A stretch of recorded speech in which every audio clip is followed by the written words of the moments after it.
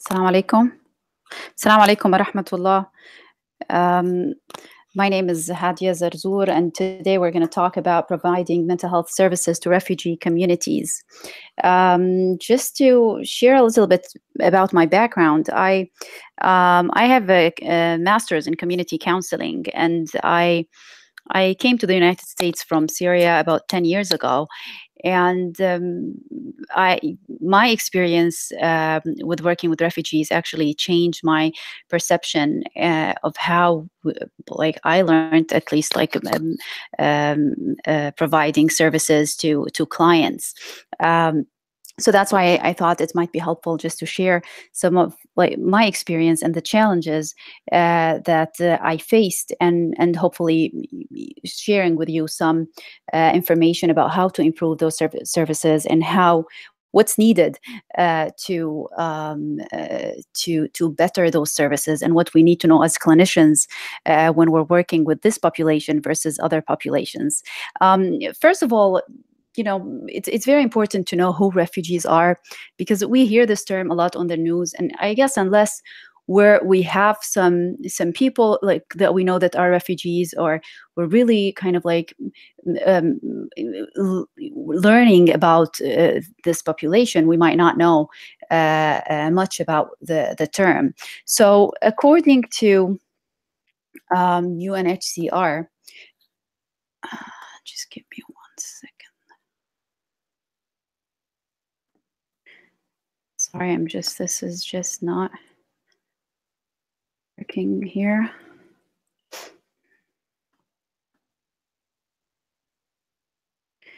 Give me 1 second.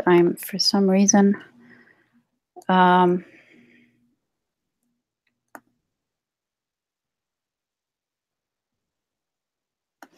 I'm just trying to change the slide. I'm sorry about that. Okay, so now it worked. Sorry about that. So first of all, we need to define, like, what a refugee. So a refugee, according to the UNHCR, United Nations High Commission for Refugees, a refugee is a person who's outside his or her country and is unable to return because of persecution or well-founded fear or persecution. So from the definition, we see that it's not something that a person would choose. There is, like, extreme fear that's causing them to leave their country, which makes a big difference. When we talk about different populations, we're going to talk about that in detail in the following slides. So if we look quickly at statistics, also according to UNHCR, and that's in 2015, they're saying that we're currently facing the greatest refugee crisis since World War II. And, we have about 65.3 million forcibly displaced worldwide. We have 21.3 million that meet the criteria for refugee status, and 51% of them are children. And when we look at how many people are resettled, in 2015, only 107,000 people were resettled. So we're talking about, if we compare it to the number of the 65.3 million, we're talking about less than 1% resettled in a third country. So, and also when we need to consider, like, when people, according to the UN, when they choose refugees, when they say those people meet criteria, we're talking about vulnerable population. We're talking about women and children. We're talking about people who are injured, and they have difficulty living on their own. So many terms, like when we talk about, like, immigrants and refugees, there are some similarities, but there are also some differences in their experiences and in their access to services. So it's always important to know when we talk about the legal status, for example. This is something that I get asked about, like, all the time. Like, many people like to provide support, and then or services, and they say, the first question is, are the refugees legal in the country? And I would say refugees are the most legal, if I can use this term, compared to other like people who enter the United States. They're the safest because they go through a long vetting process. So when they come here, they have their papers and they're ready to get their permanent residence a year after their arrival. Also, when we talk about refugees and immigrants, also we talk about like documented versus undocumented. That population by itself also had like its own struggles. As I said, there are many similarities when we're talking about the background and what got them to leave their country. Also, like there are some differences in accessing services because the refugees come through this resettlement process that we're going to talk about later, while immigrants and undocumented don't have the same privilege. Also, there are like asylum seekers and temporary protected status individuals. So all of this vary. When we talk about the experience of trauma, here there are similarities when we talk about immigrants and refugees. There's the pre-journey, whether for refugees it's like the flight, or for the immigrants it's the migration-like journey, and then the journey itself, and then the resettlement afterwards. So it's always, yes, we look at our clients here, and they're here in front of us in the United States, but it's always important to get the whole story from the beginning, like what happened before they left their country, and during their journey, and after they arrived. And each one has its own stressors. So also, like what we consider when working with refugees is how much they were exposed or they witnessed violence during this journey, sexual assault and gender-based violence, torture and detention, disruption of family and community. We hear many stories about refugees leaving behind some family members just because they didn't get accepted. Also, lack of access to resources, and especially during their journey, and some of them, they say we had to leave. Actually, most of them say we had to escape or flee our country, walking and running away from the regime or whoever they're scared of. Living in refugee camps, I mean, if we think about the average of people living in refugee camps, it's very surprising that the average is 20 years. So again, with those points that I'm having, I'm hoping that we take them into consideration when we're working with clients, when we're trying to understand the story. When we think about clients who've been in the camps for 20 years, I had a client, a Burmese client, who was in the camp for 19 years. It's a completely different experience than someone who wasn't in a refugee camp and who was in an urban area but still was a refugee. So it's always important to know the environment that they live in, and the skills that they have, and the experiences based on that.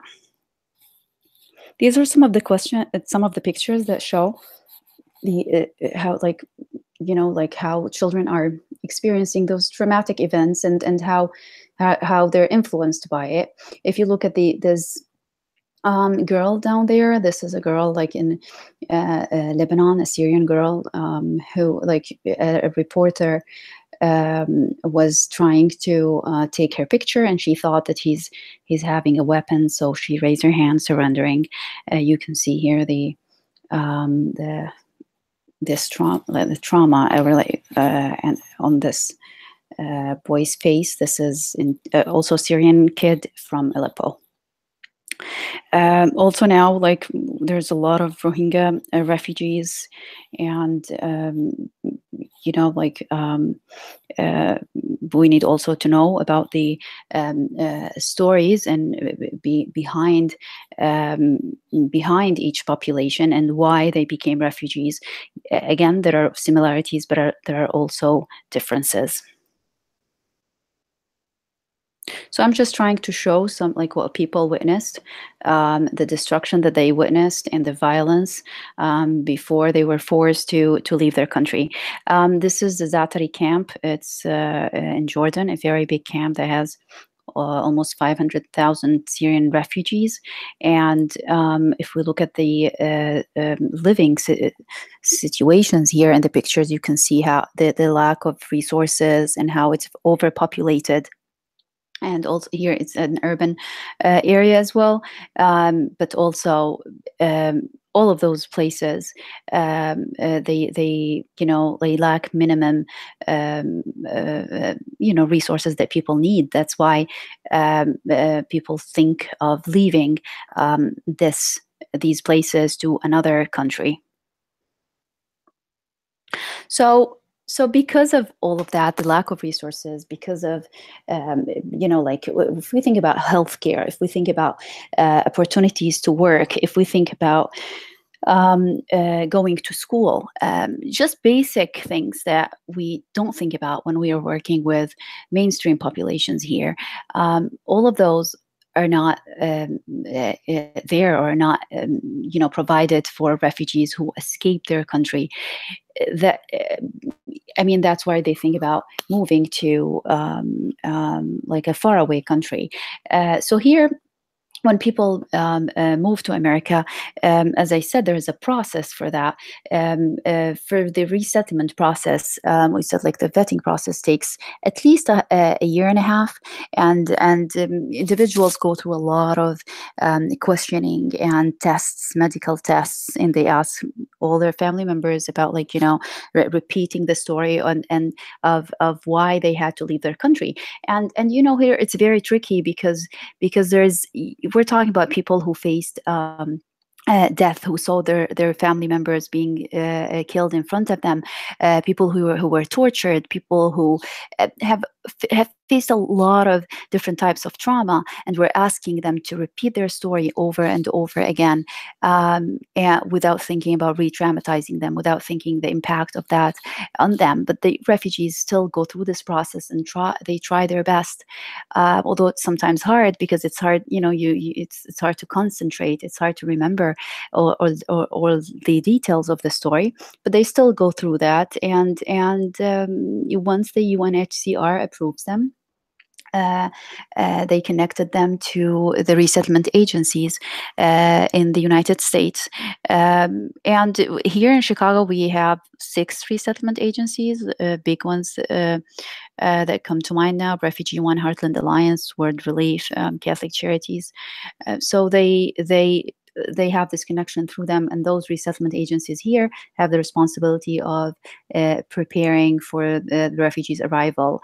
And we also have other organizations or associations. We call them mutual aid associations. They're more like ethnic-based organizations, and that connect, like they fill in the cultural gap, so they connect the refugees to the bigger communities of their ethnic group. So when when someone comes to Chicago, like there are many things that they need to know. Some important things that they need to know is, the public transportation system. You can't, like give someone a map like this and tell them, okay, find your way. It's really challenging, even if you haven't witnessed any war, any violence, and you're very comfortable with where you are, you speak the language. Still, if you go to another country and that they show you a map, you can't. I mean, it's challenging to figure it out right away. So there are some things that People need to know, regardless to where they come from, when they move to a place to another. The benefits, this is like the medical card. Also, like, what's the healthcare system in this country? Bread, for example, like the food, how to get their groceries. I remember one of the refugees that I worked with. They kept telling me, like, we were placed in this area, and I there's no bread. What are we supposed to eat? And I was like, how come there's no bread? And they kept saying that until I figured that they didn't. They meant that they didn't find the bread that they have it in Syria. And so small things like this, help people be more comfortable with this huge change that they are having. So when we move from place to place, we think about the weather, we think about the currency that we're using. We think about how to enroll our children in school, and we think about like the apartment and the location, and how to move around. Sometimes even how to use the elevator or the revolving door. The mail system can be very challenging if you're not used to having everything through the mail.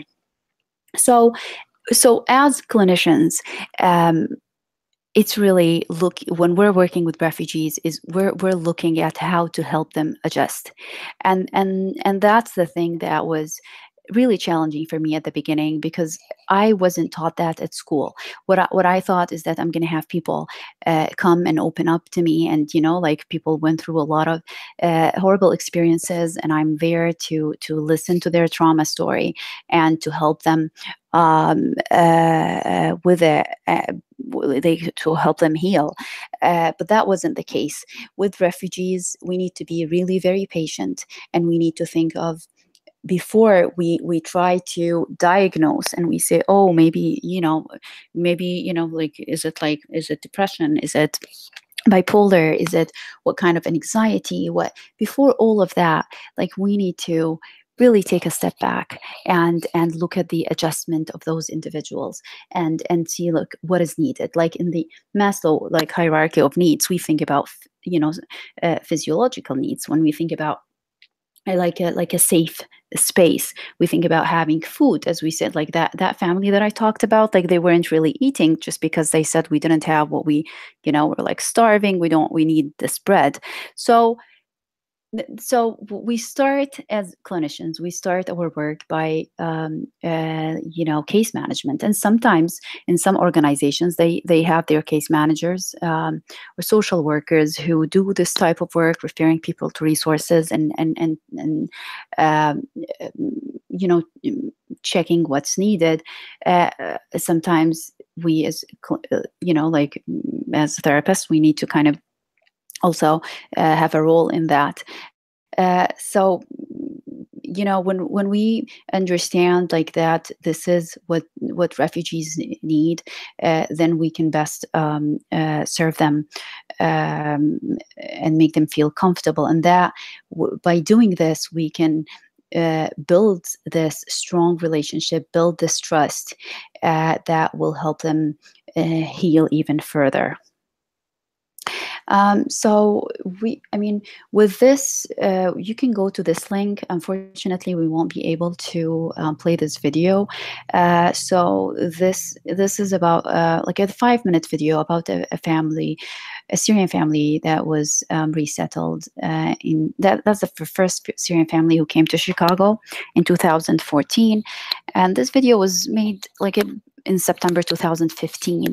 You can see the struggles, and it gives you some of understanding, like, of what's missing and what people feel. And so it's helpful to think about, like, while you're watching this video, of what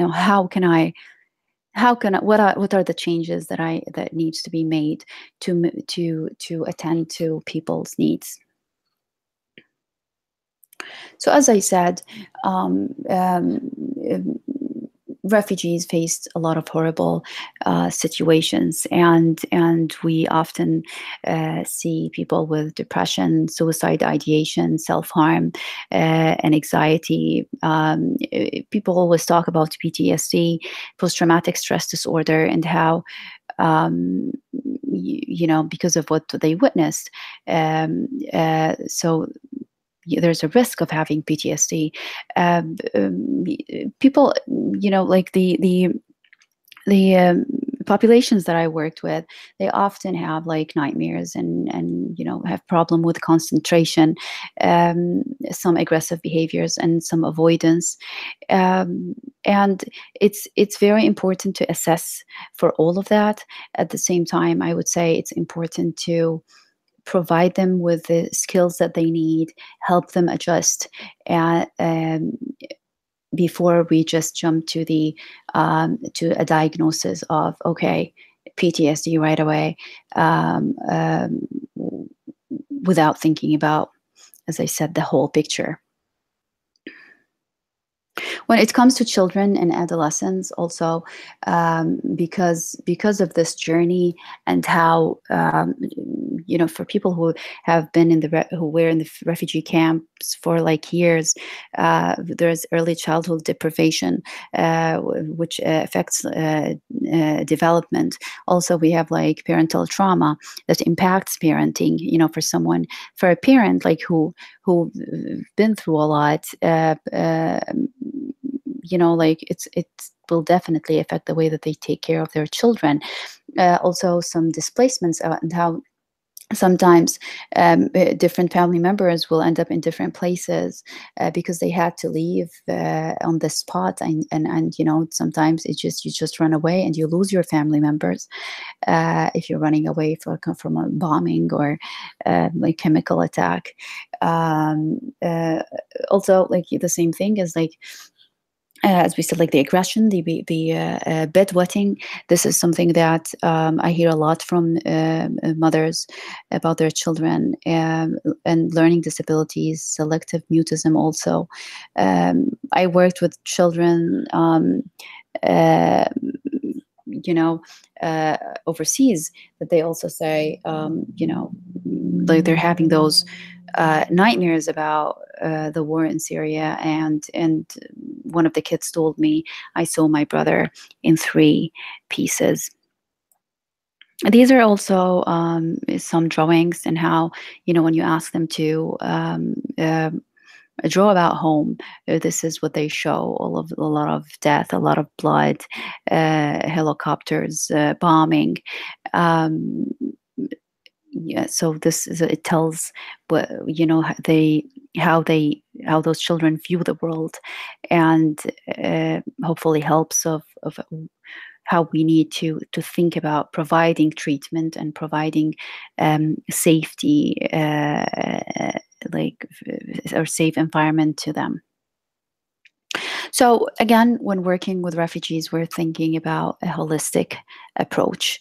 This is a model like trauma systems, social ecological model, in which we look at the individual, but we also need to look at the stressors of the family, stressors of school, peer group, neighborhood, the culture. I'm going to list some of the stressors for each category, and how all of that affects the individual. So at the same time, if we're able to have good services in each domain, how that will affect the individual.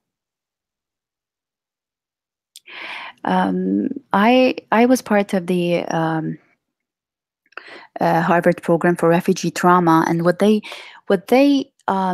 highlighted was that, like, there are social instruments for healing, and those instruments are the school, work, and spirituality, and the idea of like using or kind of like depending on community healing versus individual healing, and how those intersect. So again, like, we're having this family, we have the adults and we have the children. We need to think of what would help them heal? How can we give them agency over their lives? For children, it will be through school. For adults, it will be through work. And for all, it will be through spirituality. It's been amazingly proven how spirituality affects people's resilience, and from my experience working with Syrian refugees, um, even recently with the very recent events, when they were 2 months ago, when they were under the chemical attacks and under bombing, it's amazing how their faith is containing them, and giving them this power and strength to keep moving forward, and to give them some meaning to what's happening. So that's kind of like what gave them some agency, that they're connected, and they have meaning beyond all of that. So when we talk about, again, like from talking about the holistic approach, knowing the stressors will help us to know how to help and how to provide the services. So what are the stressors for resettlement? Difficulty finding adequate housing, although like the resettlement agency's job is to find that, but there's always a lot of, they always need some kind of like support, and things need to be improved. Finding employment, and that's really difficult when we think about like someone who doesn't speak the language and they need to find something right away, and they come with different degrees. So sometimes this will affect even people more when they come here with higher degrees, because they come here, they think that it's easier for them, they're well educated, but then it's hard to find the same job with the same degree that they had. Loss of community support. Again, they're implanted now, like in another community. Access to resources is a problem, and the school system, as we said, is completely different than their countries. When it comes to family stressors, acculturation differences, language and communication differences, when we talk about parent adjustment and culture and language,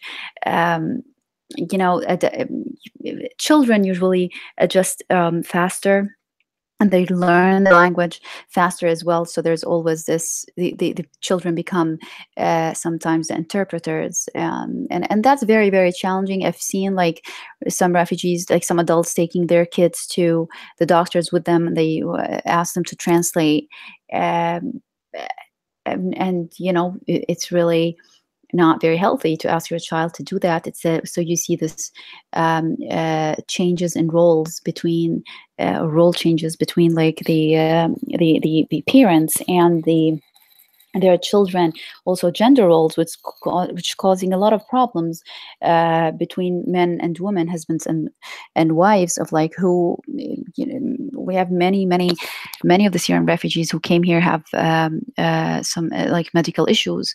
So when they come, they can't work, and then their wives end up working, and that affects the dynamics of the families and what they're used to. Also, parenting strategies. It's very important to teach the parents of how to discipline their children, and how here it's important to how it's different than their origin, country of origin.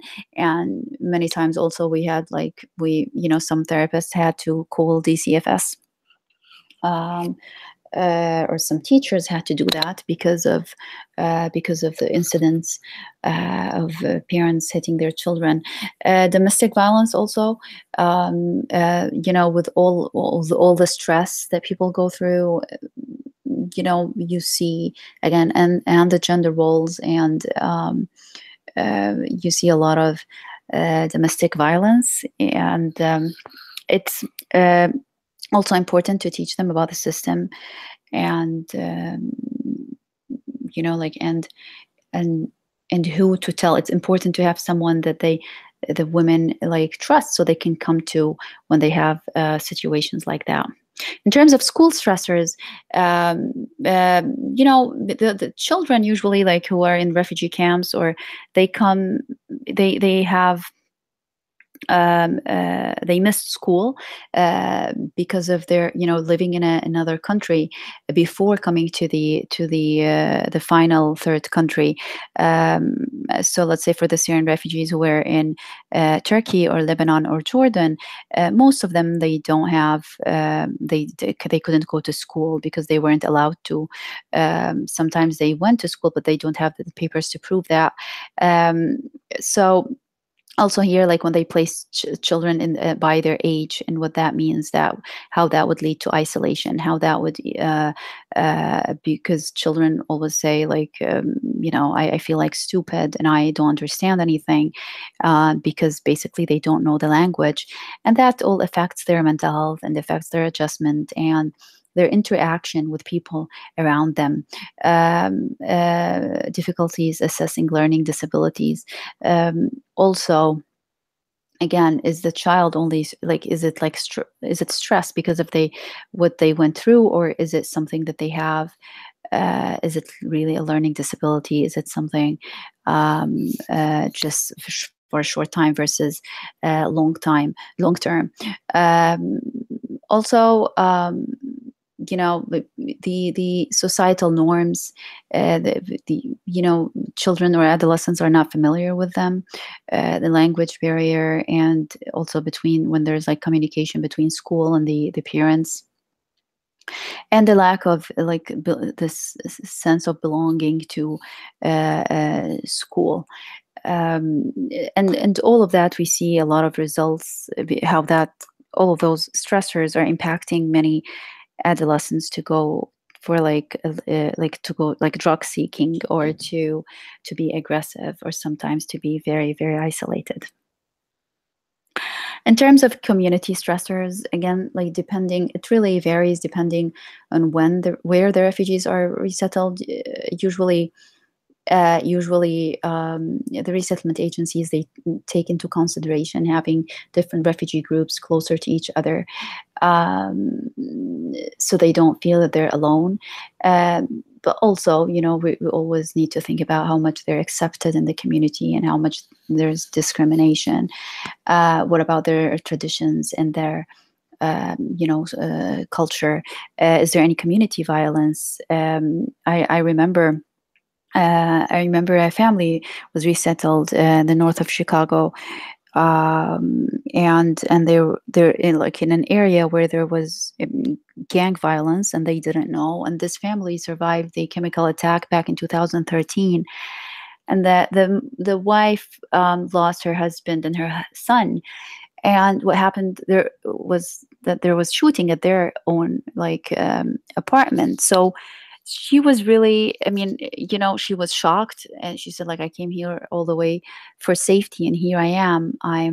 I'm very scared that, there's like violence and I don't feel safe. So that's also a stressor.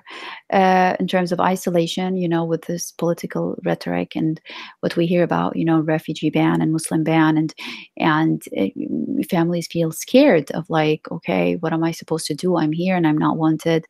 And they're scared of um, uh, having any experience of, like, any experiences of being harassed,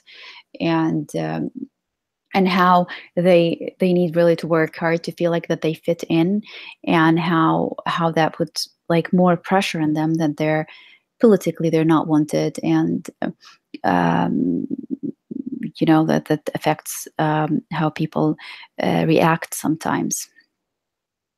Now, also, what's important to think about when we're providing our services is the beliefs and values system that the refugees have, coming from different backgrounds. So, if we look here on the left at the different cultures, like the Middle East or African or Asian culture, when we think about interdependence, and how we, like, when we compare it to the self-reliance or boundaries or roles and limit setting. Like, here, I mean, I see refugees struggle a lot with that, like how they respond to boundaries, how um, um, kind of like to know where to stop or where to ask.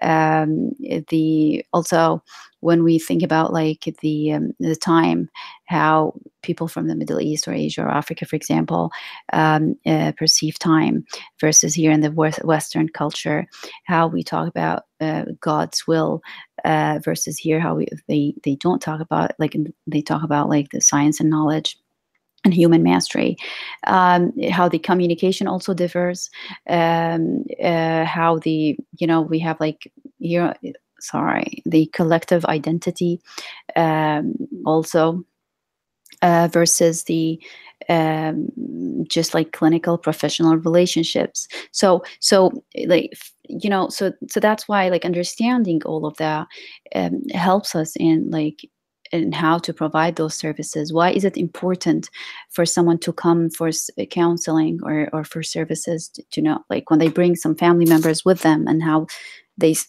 sometimes they can't see the therapist alone. We need to understand this relationship, and we need to um, uh, again, we need to respect that.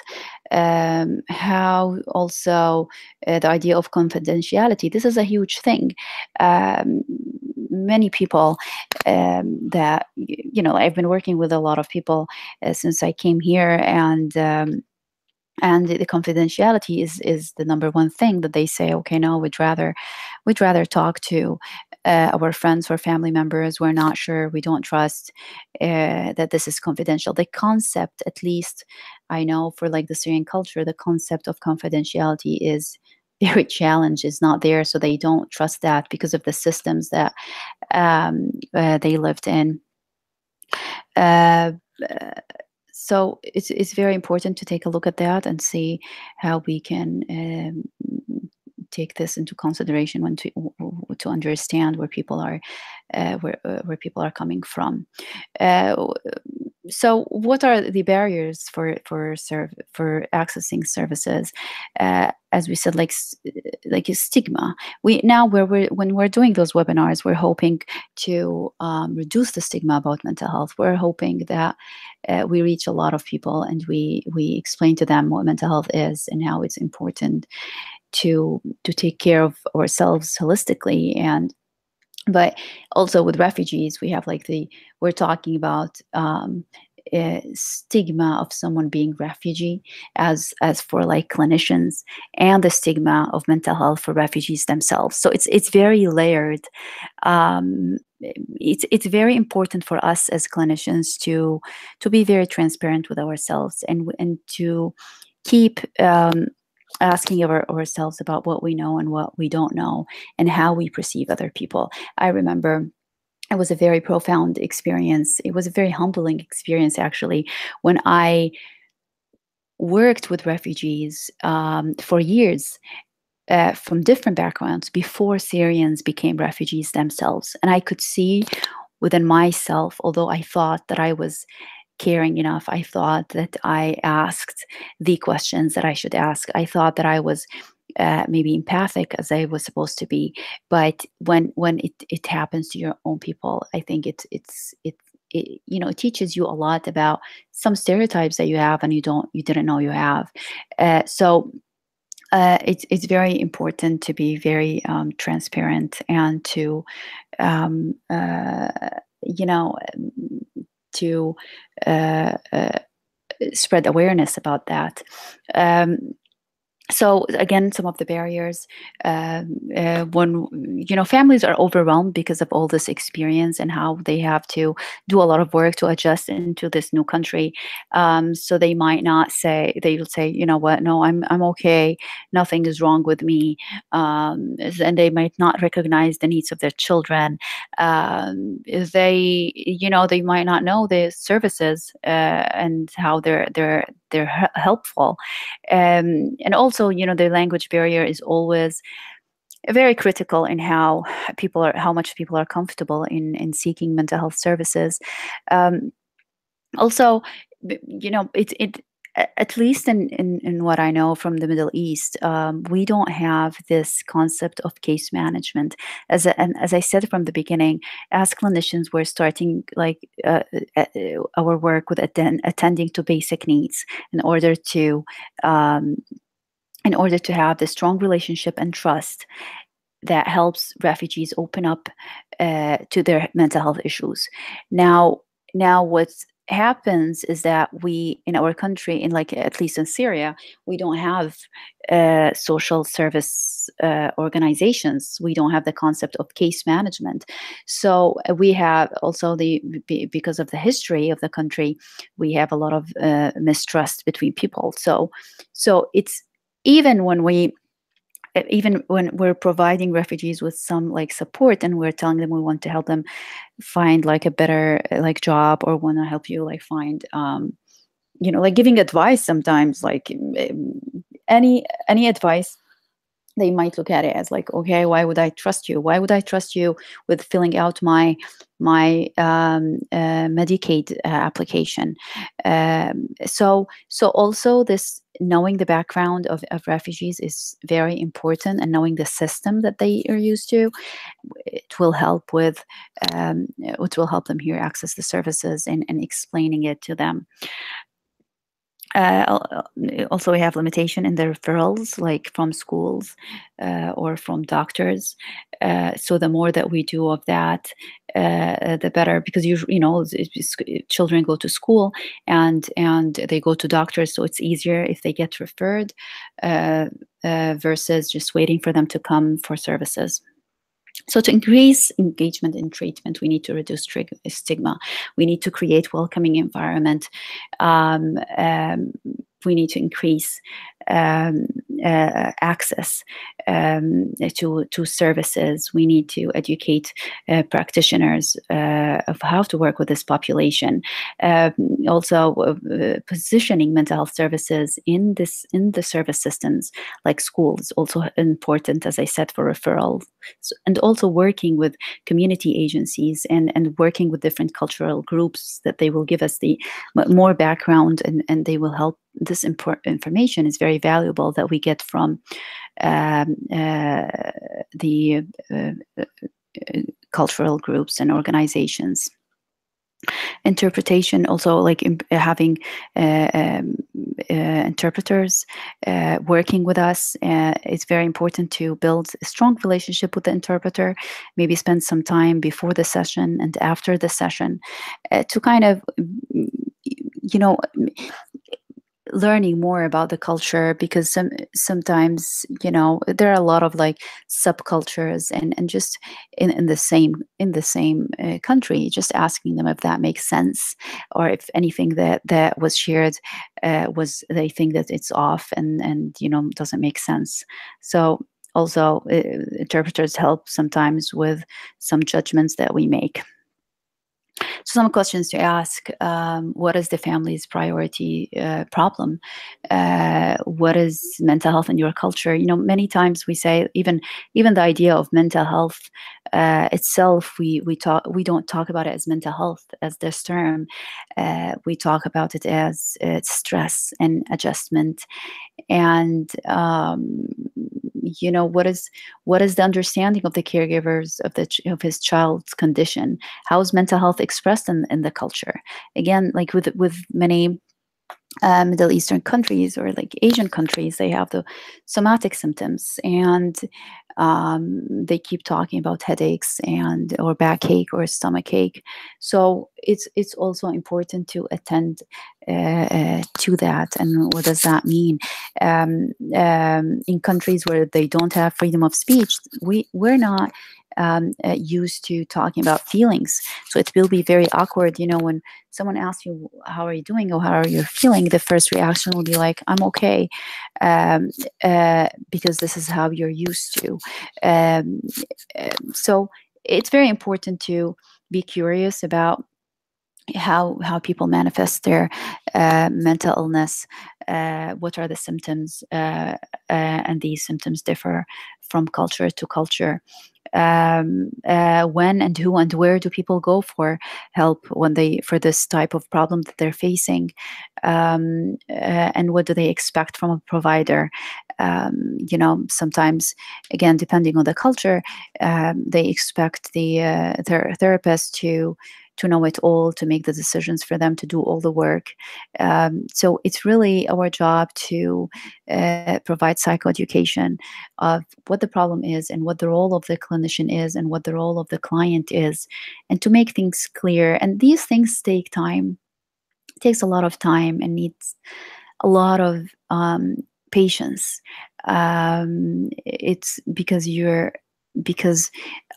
it's introducing a completely different topic, or introducing them to a completely different field, something that they're not used to. Something that I always like to highlight is always ask and never assume. When talking about cultures, we sometimes feel like, like there's as if there's this barrier, and we think like it's something like foreign. And I think what really helps, and what helped me personally working with different cultures, is just to be curious about their story, be genuinely curious about their story, and not to assume that because this experience is the same as the other experience. I cannot assume that an Iraqi refugee has the same experience as a Syrian refugee, as the same experience as a Bosnian, or as Vietnamese, Burmese. Everyone has their own experience, and it helps a lot just if we take a step back and we're curious, and we ask them about their political and social story behind what happened to them.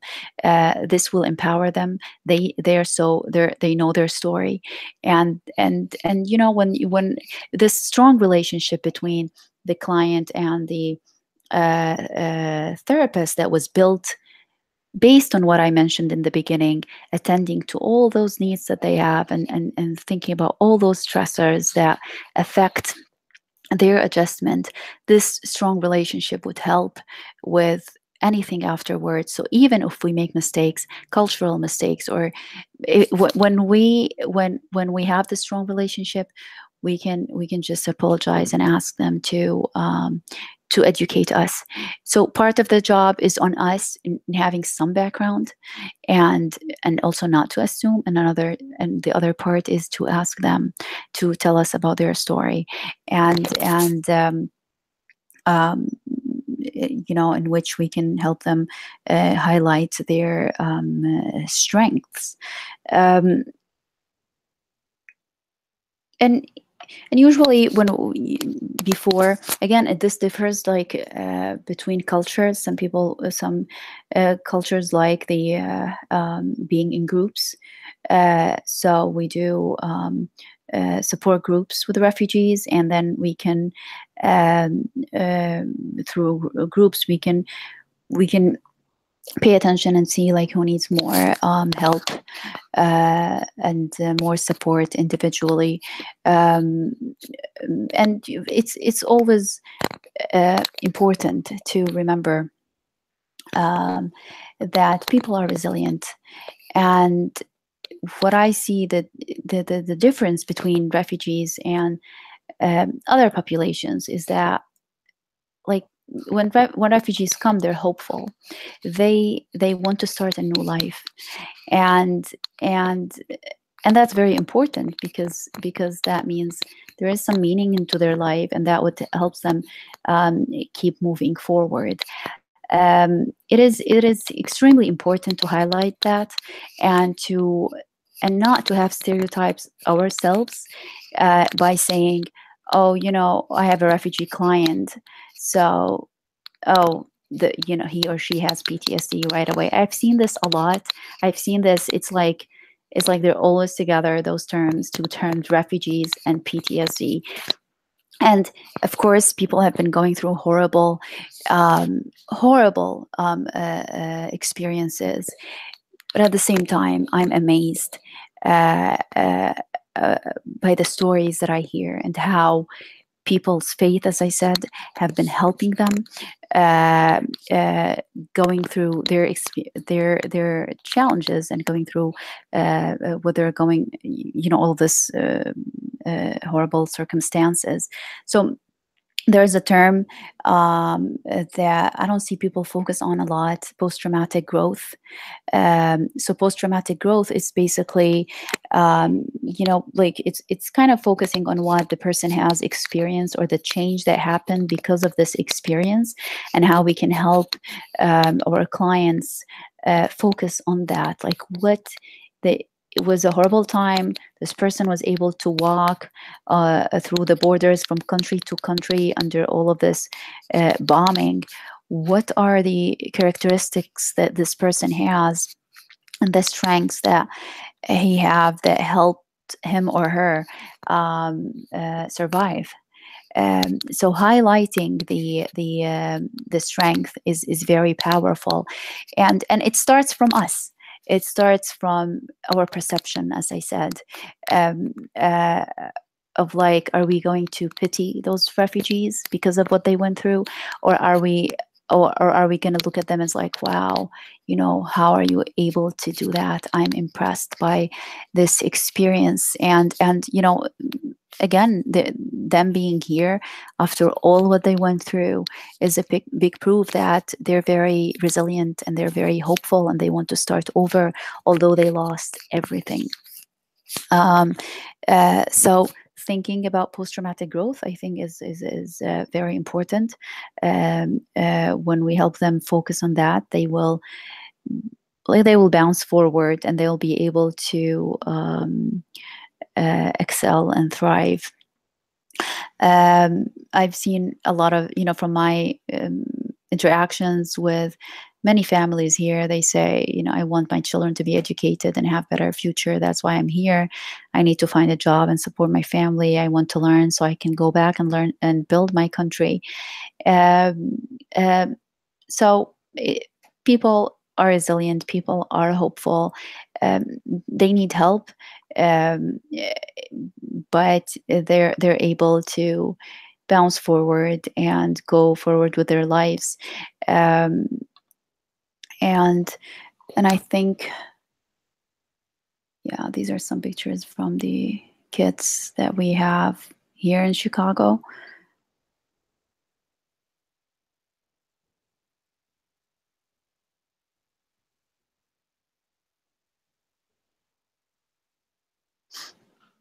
Yeah, and I just put here like APA recommendations for care, how it's important to be holistic approach, how to provide culturally competent services.